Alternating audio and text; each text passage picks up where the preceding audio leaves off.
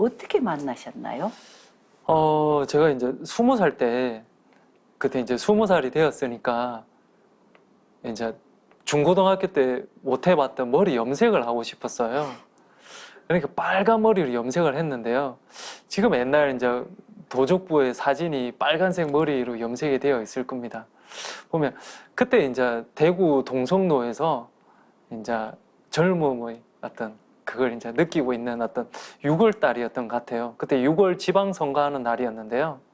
그때 우연히 길 가다가 두 사람을 만났는데요. 뭐 대순진리였습니다. 대진 성주에.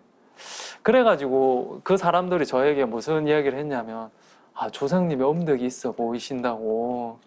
근데 지금 조상님들 엄청 곤란한 상황이 있다라고 하시는 거예요. 그래서 제사를 지내가지고 조상님 앞길을 틔워드려야 된다고 하니까, 제가 자손된 들이로 조상님이 힘들다라고 하니까 당연히 제사를 지내야 드려야 되겠다고 생각을 했어요.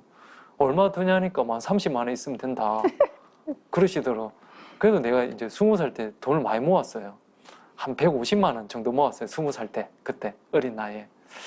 그래가지고 그때 이제 제사도 지내고 했는데 30만 원 주고, 그때 뭐라고 했냐면 그 사람들이 지금으로부터 149년 전에 우리나라 땅에 상제님께서 강세를 하셨다라는 거예요.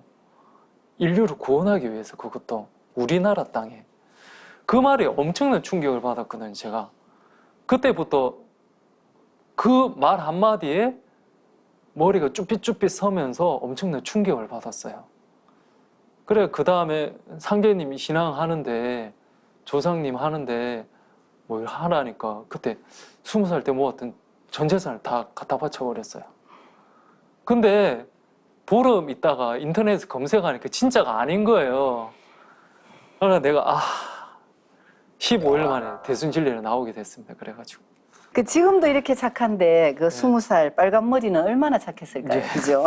그리고 조상님께 제사를 지내야 되고 조상님이 잘 된다니까 막 정신이 없었다. 그죠? 막 아이고 막 있는 대로 20년 모은 전 재산을 바쳤고요. 근데 그 단체가 진법이 아니라는 걸 어떻게 깨달으셨나요? 인터넷에 통해서 알아보니까 무엇이 잘못됐는지, 그다음 피해를 입은 사람들도 너무 많았고, 진리를 많이 이렇게 숨기고 있고, 그 다음에 그냥 대충 봐도 알겠더라고요. 여긴 진짜가 아니구나. 네, 그런 걸 이제 느꼈습니다.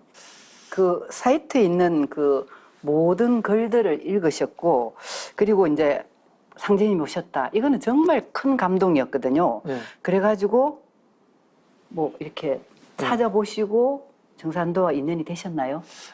그때 그래가 대순진례가 아니라는 걸 이제 깨닫고 그냥 있었는데요. 근데 이제 인터넷 사이트에 이제 들어가가지고 상제님 진리 강세 소식하고 똑같은 내용들이 나온 걸 보고, 이건 아닌데 이건 보니까 이게 진짜구나 라고 느꼈습니다. 그러니까 이건 아닌데 이건 진짜구나. 그래 관련된 내용을 쭉 읽기 시작했는데요. 그걸 보고 이제 진짜구나. 나 진짜 이제 개벽도 오고 상제님 강세도 하셨는데 나 진짜 이거 정산도 해야 되겠다라고 바로 그냥 마음을 먹고, 그때 진주 상대도장이었는데요. 진주 상대도장에 전화를 하고 도장에 바로 방문을 했었어요. 그러니까 이것이 개벽이다 책을 사서 보라 하더라고요. 바로 이것이 개벽이다 책을 사서 읽고 바로 그 다음 이제 입도를 했습니다. 이것이 개벽이다 책을 사셔가지고 정독을 하셨는데, 예. 그 진리적으로 그 책에서 와닿았던 대목이 무엇인가요? 그리고 결정적으로 내가 상제님 신앙을 해야 되겠다고 이렇게 마음먹게 된 그 내용을 설명해 주시죠. 예전에 이제 대순진리를 통해서 상제님 강세 소식만 들었지 구체적인 내용은 잘 알지 못했어요. 그냥 상제님이 강세하시고 인류를 구원하시기 위해 강세하셨다는 그 소식만은 엄청 충격적이었는데, 자세한 내용을 알지 못했지만 인터넷 사이트를 통해서 정말 자세하게 알게 되었습니다. 그래가지고 제가 이것이 개벽이다 상을 보니까 조금 더 체계적으로 논리 정연하게 책이 엄청나게 잘 적혀 있는데요. 아직도 제가 그 책을 들고 있습니다. 그때 그 책을 가지고 열심히 공부했던 흔적도 지금 많이 남아 있는데요. 예전에 중고등학교 때 노스트라다무스라고 1999년도에 뭐 인류가 뭐 종말된다 그런 예언이라든지 뭐 어떤 귀신 이야기, 뭐 수행 이야기, 뭐 외계 문명 이야기 그런 데 되게 관심이 많았었어요. 근데 그런 예언에서 뭐 어떻게 된다라고 적혀 있었지만 구체적으로 어떻게 된다는 것도 없고 어떤 구원이 있는지 어떤 해답이 있는지 이 세상은 어떻게 흘러가는지 등등 알 수 없는 내용이 너무 많았는데요. 이것이 개벽이다 상을 읽으면서 그동안 풀리지 않았던 예언들이 전부 다 정리가 되기 시작했습니다.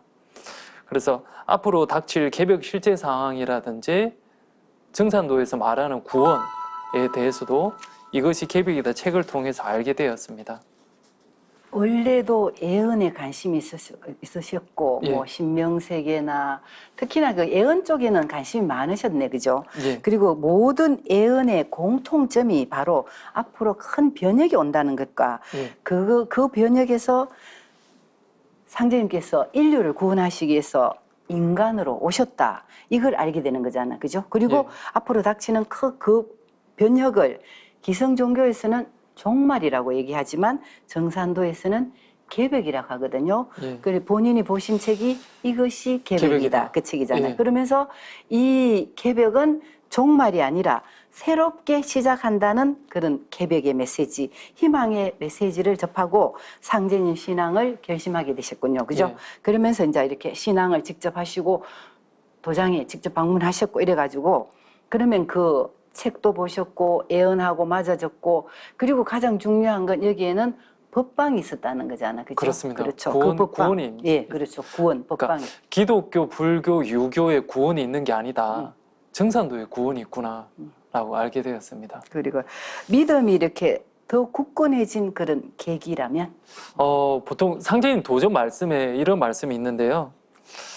오직 의로운 마음으로 두 마음을 두지 말고 덕닦기에 힘써 내가 돌아오기를 기다리라는 상제의 말씀이 있습니다. 어떤 자손의 기본 도리로 조상님 천도식을 올려드리는 일, 도장에서 봉사하는 일, 진리를 전하는 어떤 포교 활동, 그다음에 모든 도생님들과 어떤 가르침과 도담을 통해서 나 자신이 닦여지고 성숙해진 것 같습니다. 그리고 진리가 크게 깨진다라는 것은 아주 중요하다라고 생각합니다. 왜냐하면 내가 얼마나 크게 깨지느냐에 따라서 세상 사람들이 많이 살 수도 있고 많이 못 살 수도 있다라고 항상 우리 지도자분께서 말씀을 하셨고요. 진리가 크게 깨달아지고 신법이 크게 열리기 위해서 공을 많이 쌓아야 된다라고 생각을 합니다. 그 중에 이제 포덕보다 더 큰 공이 없다라고 상제님께서 항상 말씀하셨잖아요. 그래서 제가 사람을 살리기 위해서 상제님 진리를 전하는 홍보 포교 활동이 진리가 크게 깨어지고 신법이 크게 열리지 않았나 그런 큰 체험들을 많이 한 것 같습니다.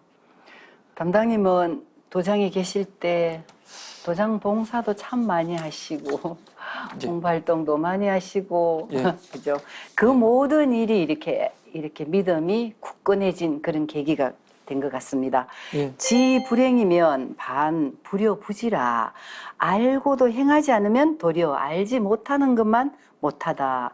태상 종도사님께서 자주 강조해 주시던 말씀이죠. 진리를 직접 전하는 홍보 활동을 통해서 진리가 더욱 깊어지고 신법이 크게 열리는 그런 경험을 하셨고